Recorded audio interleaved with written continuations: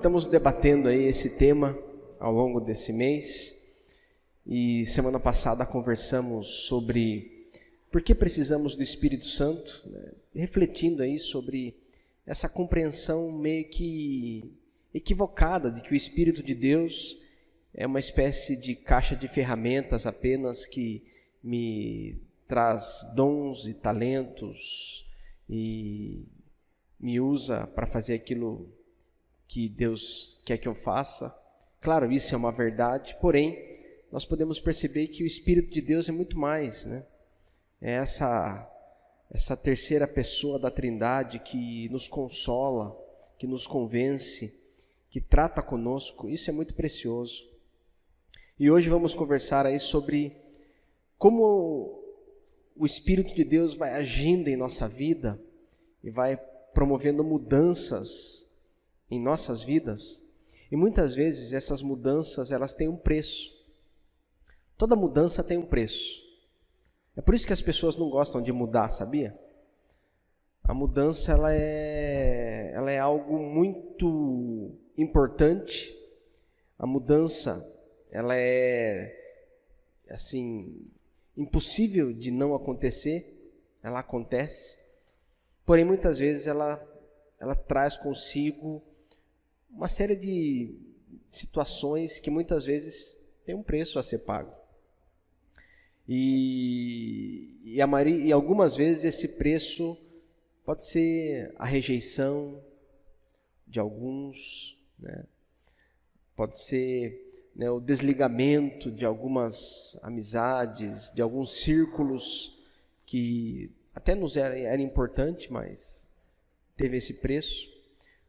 Porque se a gente não muda, se o Evangelho, se a ação do Espírito de Deus não nos transforma, alguma coisa está errada. Né? Porque é impossível nós caminharmos diante do Pai, caminharmos diante de Deus, vivermos diante de Deus, e o tempo passa e permanecermos as mesmas pessoas, com as mesmas ideias, né? Com os mesmos defeitos, com os mesmos vícios. Não dá, é impossível. Porque se o Espírito de Deus, se o próprio Deus habita em nós, e está em nós, e caminha conosco, obviamente, nós somos então chamados a viver uma experiência profunda de transformação e mudança. Tem uma frase de um teólogo que eu gosto bastante. Ele é um teólogo, é o primeiro teólogo aí da igreja, na verdade, o Tertuliano, viveu lá no ano 160 da era cristã, ou seja, faz tempo. O Senhor nos desafia a sofrer perseguições e confessá-lo. Ele deseja que aqueles que lhe pertencem sejam bravos, corajosos. Ele mesmo mostra como a fraqueza da carne é subjugada pela coragem do Espírito Santo. Ou seja, o que aconteceu com muitas pessoas na Bíblia que foram chamadas por Deus e por conta desse chamado passaram por grandes mudanças. Elas passaram por mudanças, por transformações e também por várias rejeições e provações. Observem os profetas, né? Pega o Elias, o profeta Elias foi rejeitado, né, por Acabe, que era o rei.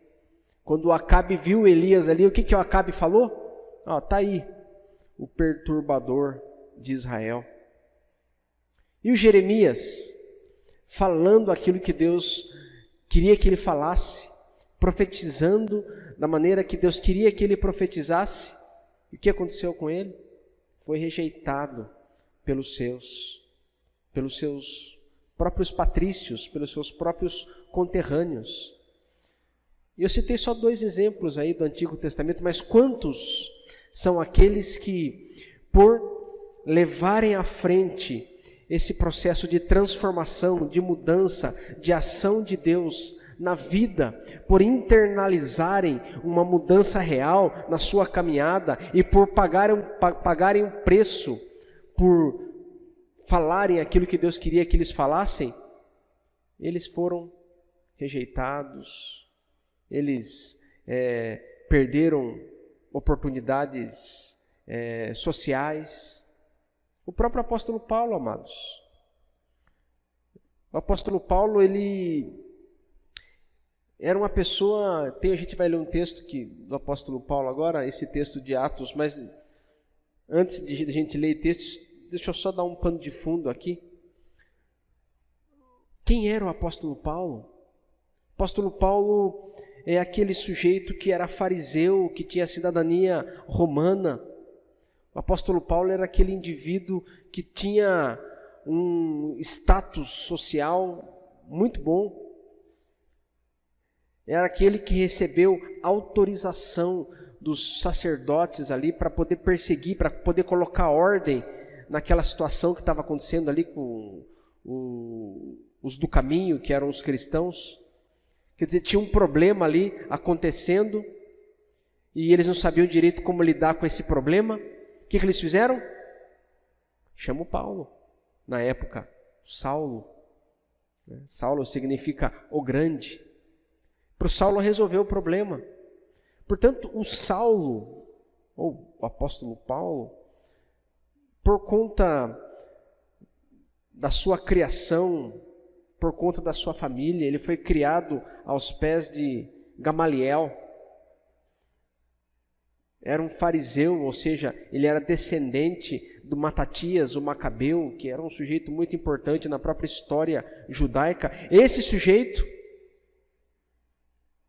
quando ele encontra Jesus, o que aconteceu com ele? Quando ele encontrou Jesus? Alguém lembra ou não?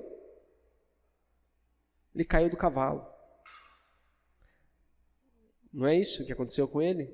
Ele estava ali, indo no caminho de Damasco, Jesus aparece para ele e ele cai do cavalo. E ali ele fica cego. Aquele que tinha tanta visão, agora era cego. E por conta desse encontro impactante com Jesus, profundas transformações começam a se desenrolar na sua existência, na sua vida. E ele começa a experimentar algo muito doloroso, que é a rejeição. Primeiro, ele é rejeitado pelos próprios religiosos judeus. Haja vista que alguns dizem que ele possivelmente, para ser um fariseu, ele possivelmente tinha uma família. Possivelmente era casado. Claro, isso não está na Bíblia. A gente, com base num estudo sociológico ali, a gente acaba pensando isso. Então a gente imagina isso, não pode afirmar categoricamente. Mas foi tinha o seu status social, perdeu. Tinha suas amizades, perdeu. Tinha sua família, perdeu. E por que ele perdeu tudo isso? Por causa de Jesus. Ele foi rejeitado por causa de Jesus. Rejeitado pelos seus antigos amigos, pela sua família, pelas pessoas que até o reverenciavam. Ele simplesmente foi rejeitado. E passou a ser cristão. E mesmo depois de cristão, demorou ainda para ele ser recebido pelos próprios cristãos. E esse texto fala sobre isso. Deus manda o Ananias encontrar Paulo. E o que o Ananias fala aí no texto? Deus fala para Ananias. Ananias é o que respondeu: eis-me aqui, Senhor. Então o Senhor lhe ordenou: dispõe-te e vai à rua que se chama Direita, e na casa de Judas procura por Saulo, apelidado de Tarso, pois ele está orando. E viu entrar um homem chamado Ananias, e impondo-lhe as mãos para que recuperasse a vista. Ananias, porém, respondeu: Senhor, de muitos tenho ouvido a respeito desse homem, quantos males tem feito aos teus santos em Jerusalém, e para aqui trouxe a autorização dos principais sacerdotes para prender a todos os que invocam o teu nome. Ou seja, rejeitado pelos religiosos judeus, e agora com dificuldade para ser recebido pelos próprios cristãos, por conta do medo, do receio. Ou seja, amados, quando Deus coloca algumas coisas em nosso coração, muitas vezes as decisões que temos que tomar podem ter consequências, podem fazer com que sejamos rejeitados por alguns círculos, por algumas pessoas. Muitas vezes algumas convicções que nós temos também podem fazer isso com a gente. Mas na maioria das vezes esse é o preço que precisa ser pago, porque a gente vê na Bíblia, na Escritura, que os filhos de Deus passaram por isso, senão o próprio Cristo. Jesus também. Jesus ele chegou para os seus discípulos e disse: olha, gente, é necessário, é preciso que eu seja rejeitado pelos principais sacerdotes, pelos escribas, pelos fariseus. É necessário que eu seja entregue e depois seja morto, para que depois ressurja no terceiro dia. Ou seja, os apóstolos, aliás, os profetas foram rejeitados e sofreram. Cristo foi rejeitado e sofreu. Os apóstolos foram rejeitados e sofreram. E muitas vezes também nós enfrentamos também situações de sofrimento e rejeição por conta das nossas decisões, daquilo que Deus deseja que façamos. Agora, se existe uma coisa que é verdade, é que a gente precisa ser rejeitado pela coisa certa. Não é verdade? Porque o que mais acontece, né? Eu estava brincando com o Lucas ali agora há pouco, né? E eu estava preparando um vídeo ali, não estava dando certo porque não conseguia fazer o vídeo rodar ali no computador. E eu falei: nossa, olha, Lucas, o que está acontecendo aqui e tal. Daí o Lucas falou: olha, na minha igreja, lá em Porto Velho, acontecia muito isso. A gente sempre deixava tudo para a última hora, e a hora que ia colocar o vídeo para rodar ali, e não saía o som, a gente sempre culpava o diabo. Tá vendo? É o diabo que não deixa o vídeo, né? Mas a gente sempre deixava tudo para a última hora, então depois era mais fácil, porque a gente culpava o diabo.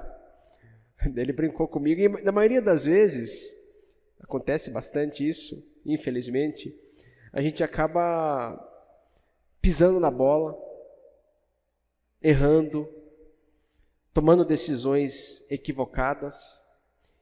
Isso também traz consequências. E a gente às vezes quer colocar isso na conta de Deus. Olha, tá vendo? Eu fui rejeitado por conta disso. Na maioria das vezes não, na maioria das vezes é porque a gente pisou na bola mesmo. Por isso que eu digo que é preciso a gente refletir e pensar sobre o quanto esse processo de mudança, de transformação, de ação do Espírito de Deus se desenvolve na minha vida e o quanto, por conta disso, eu tenho sofrido. E se a própria Escritura fala sobre isso, que nós somos felizes, bem-aventurados, quando nos injuriarem e nos perseguirem, e mentindo, disserem todo mal contra vós. Exultai, porque é grande o vosso galardão no céu, porque assim perseguiram os profetas que vieram antes de vós. Portanto, pode acontecer que você e eu sejamos rejeitados por conta das nossas convicções de fé. E se isso acontecer, não se abale, não se entristeça, porque o processo é exatamente esse, desde o início até agora, e vai ser até o fim. Por exemplo, vou dar um exemplo pessoal. Tem esses grupos de WhatsApp, né? Não sei se alguém participa de algum aqui. Quase nada, né? Quase ninguém. E tem um grupo de WhatsApp que era de um pessoal que era do jiu-jitsu, aqui da cidade. Então tinha um monte de praticante de jiu-jitsu e colocaram um monte de gente lá e vários professores também, e eu estava lá. Só que esse grupo era muito estranho, porque eu não sei como que a pessoa todo dia de manhã, cedo, já tinha aquele monte de pornografia. Pisa na bola, né? Daí na primeira vez é chato, né? No segundo dia eu já coloquei um texto, falei, amigos, infelizmente eu vou ter que sair desse grupo, não concordo com esse tipo de coisa. Eu tenho esposa, eu tenho filha, eu tenho amigas, irmãs, e uma dessas fotos aí poderia ser uma pessoa dessa que eu amo, uma filha de Deus, e essas pessoas são filhas de Deus. Então fiz um texto sobre o assunto e saí. O que aconteceu? Alguns amigos mais chegados depois vieram falar, poxa, né, tal, chato. Mas é o preço, às vezes, que a gente paga. Às vezes a gente é chato. Mas é chato pela coisa certa. É chato por não compactuar com alguma coisa. É chato porque eu não compartilho daquele mesmo papo. Às vezes aquele papo nocivo que só denigre a imagem de alguns, eu não participo. De alguma situação, que eu posso até estar ali, mas quando vejo que a situação começa a degringolar para uma outra, eu também, porque a mudança que Deus opera na minha vida, a transformação que o Espírito de Deus realiza em mim, ela não compactua com algumas realidades da nossa sociedade. Então, amados, muitas vezes somos rejeitados porque mudamos.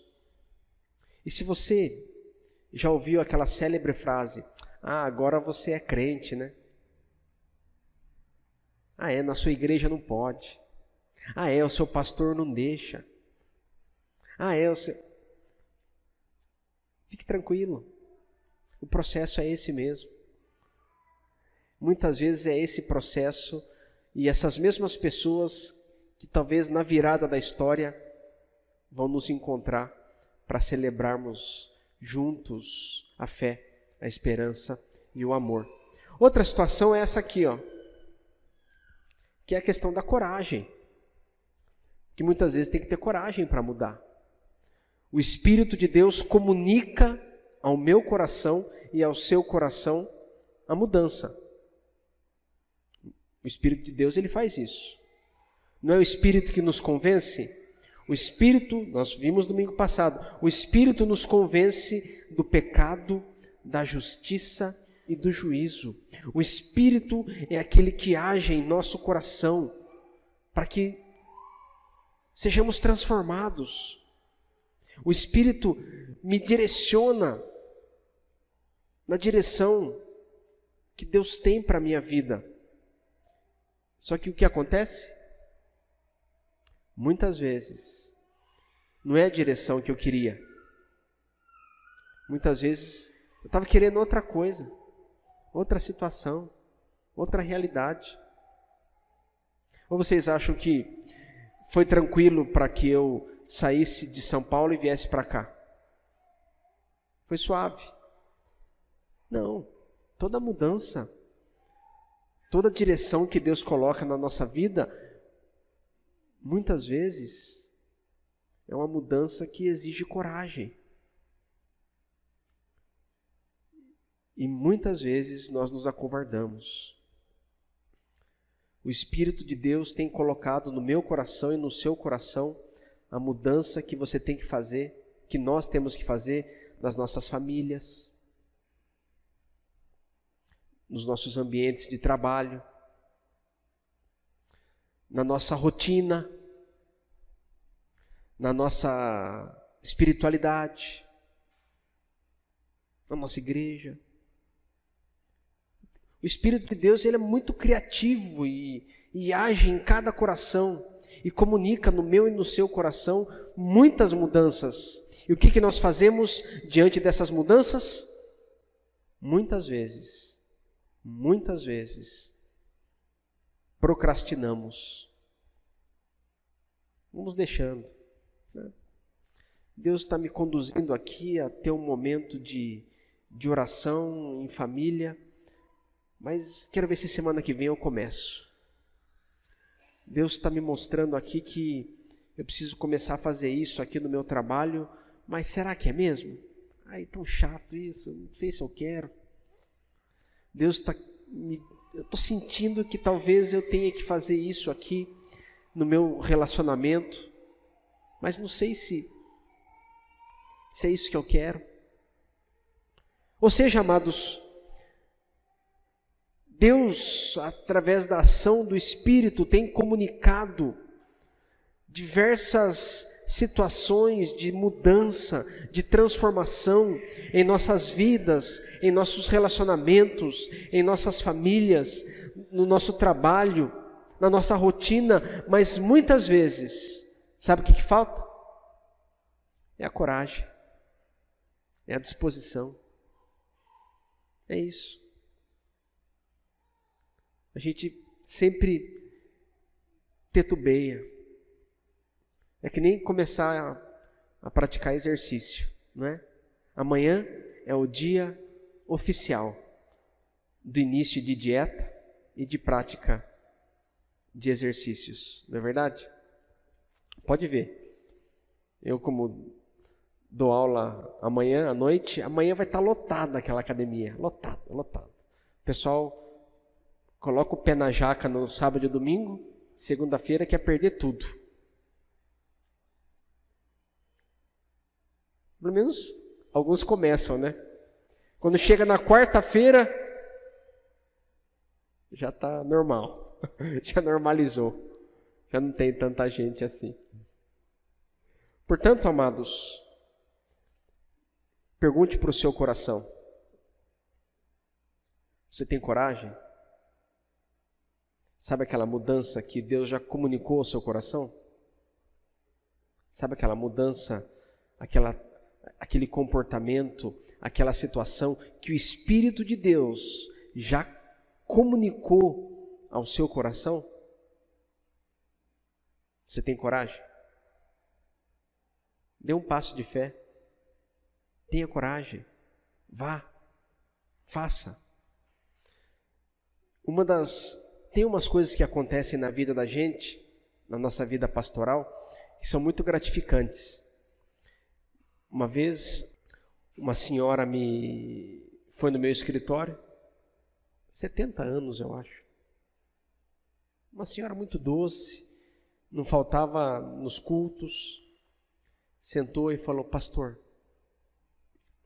queria ouvir a opinião do senhor sobre um assunto. Eu disse: claro. O senhor acha que o divórcio é algo que pode acontecer na vida de um cristão? Falei: que pergunta mais, não? Capciosa. Obviamente não respondi de cara, mas por que, meu irmão? Qual que é a situação? E dela me contou toda a história, que já há 30 anos ela vivia com o marido dela e cuidava dele, mas ele tinha outra família e não escondia de ninguém. Era uma coisa totalmente, todo mundo sabia, e faltava só ele levar a outra família para almoçar junto no domingo. E aquilo, ela me contando, era terrível. Aquilo corroía ela. Mas com todo mundo que ela conversava, ela dizia que, pelo fato dela ser uma pessoa cristã, ela tinha que aguentar firme aquela situação. Firme. Porque afinal, o que Deus uniu não separa o homem. Eu falei, minha irmã, como é que você está? Como é que está o seu...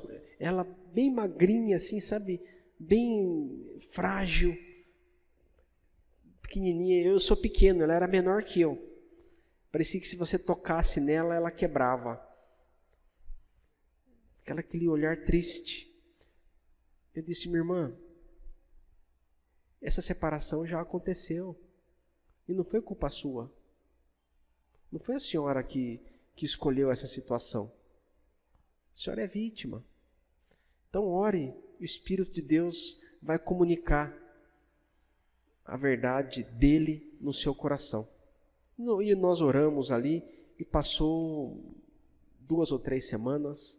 Um dia eu estou lá, abri a igreja, ali na frente, o pessoal chegando devagar. Não é só aqui que o pessoal chega depois, não, em outros lugares também. De repente, ela veio. Nunca tinha visto o sorriso dela. Nunca tinha visto. A hora que ela virou na esquina, começou a sorrir, olhando para mim. Eu já estranhei, nunca vi ela sorrir. Daí ela chegou, me deu um abraço e falou, pastor, hoje me sinto como um passarinho fora da gaiola. Me sinto livre. Falei, por que aconteceu? Assinei o divórcio. E ele foi embora. Nunca mais vou lavar as cuecas dele. Ela mudou. Ela resolveu romper com aquela situação. Ela teve coragem de mudar. Você imagina aquela moça que morreu semana passada? Aquela advogada? Lembram dela? O sujeito espancou ela, maltratou ela, um monstro. Fez aquela coisa brutal com ela. Matou ela. E se ela tivesse tido coragem de mudar? De falar, não quero isso. Renuncio a essa situação. Às vezes é preciso coragem, gente. E se a gente caminhar com Deus e procurar fazer a vontade de Deus e viver diante de Deus e encarar as mudanças que Ele tem para nós, Ele vai nos dar coragem, força e condições para enfrentar as mais diversas situações. Outra situação, amados, é essa aqui, ó. Vocês imaginem o apóstolo Paulo. Não era qualquer um. Não era qualquer um. Era o apóstolo, era o Saulo. Ele era fariseu. Ele era doutor da lei. Ele era uma pessoa importante, gente. Não era qualquer um, não. É difícil mudar. Sabe por quê? Porque a gente, às vezes, tem que reconhecer que estava errado. Não é verdade? Por isso que é difícil mudar.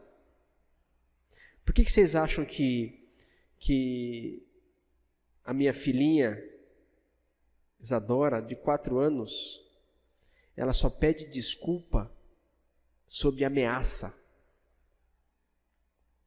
Ela chega lá, ela bate no irmão dela, e eu chego e falo, pede desculpa para o seu irmão agora.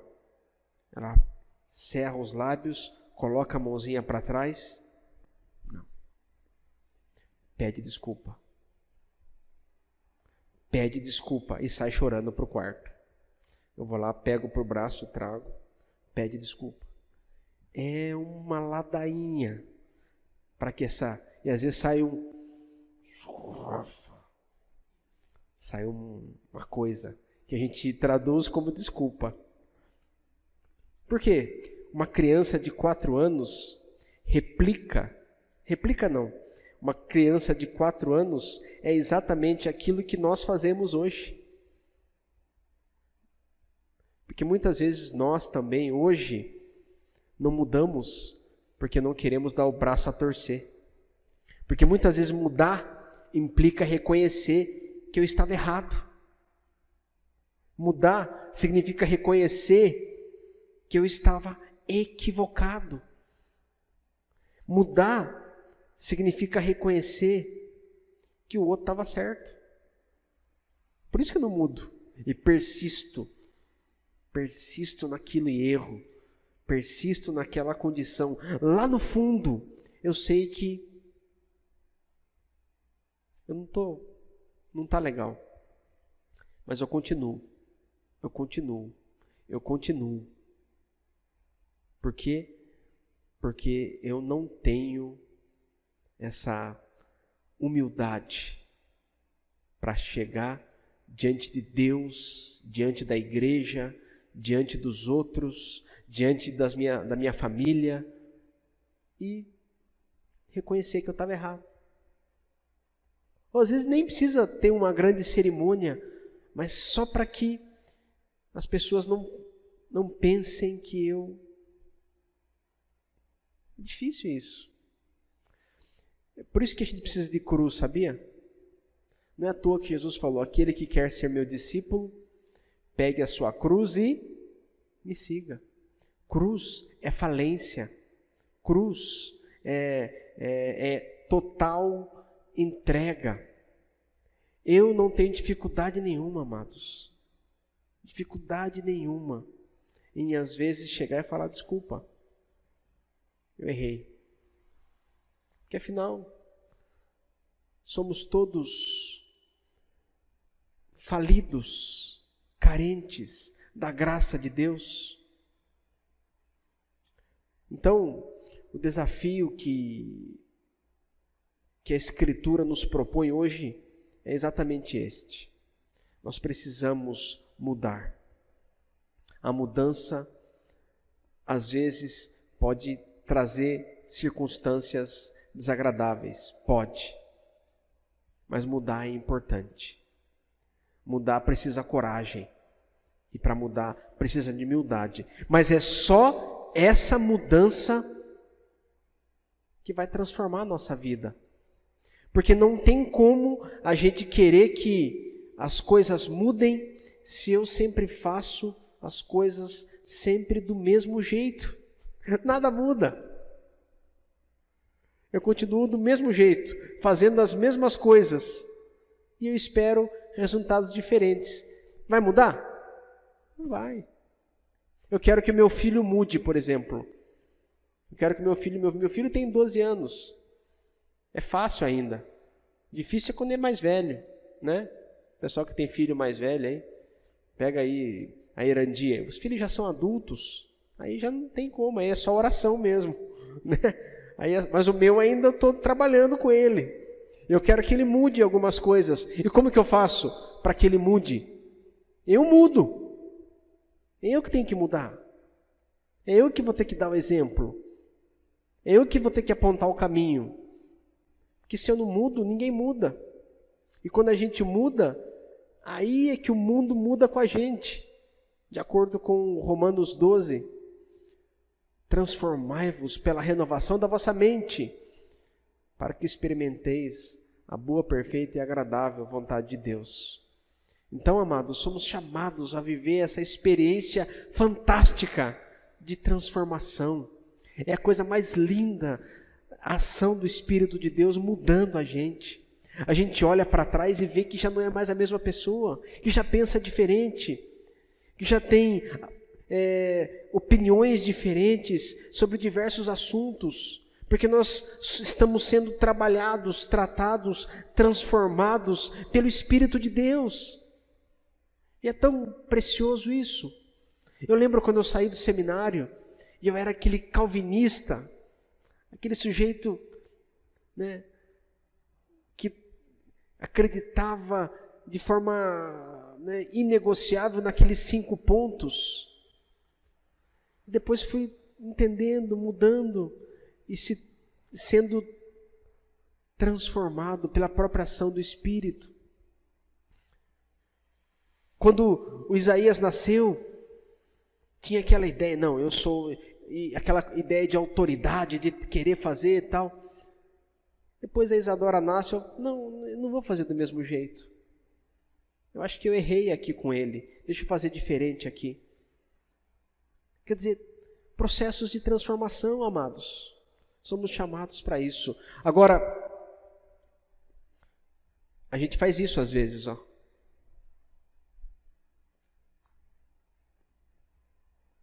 A gente faz isso às vezes. A gente simplesmente, como diz o texto, apaga o Espírito de Deus. A gente sufoca essa voz que nos conduz, essa voz que nos guia, essa voz que nos convence, essa voz que vai, sabe, enchendo de chamas o nosso coração, e a gente simplesmente fecha a porta porque não quer. É por isso que o texto diz: não apague o Espírito Santo. Pelo contrário, siga essa voz, obedeça a essa voz, se submeta a essa ação, entregue a sua vida diante de Deus, em obediência, em consagração, em santificação, porque aí sim iremos experimentar aquilo que é perfeito. E o que é perfeito? A boa vontade de Deus. Vamos orar? Curva a sua cabeça, abra o seu coração. Pai, pedimos para que o Teu santo e precioso Espírito aplique a Tua palavra aos nossos corações. Pedimos, Pai, para que em nome de Jesus o Senhor esteja enchendo o nosso coração de coragem. Coragem, Pai. Tira de nós toda a teimosia, Pai, toda a falta de humildade.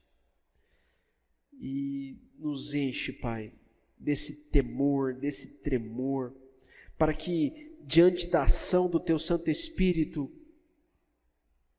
encaremos as mudanças. Encaremos as mudanças, ó Pai. As mudanças nas nossas famílias, as mudanças na nossa rotina, na nossa espiritualidade, no nosso trabalho, nos nossos relacionamentos. Pai, em nome de Jesus, opera essa mudança em nós, para que possamos experimentar a cada dia, Senhor, a Tua vontade. Em nome de Jesus. Amém. Amém?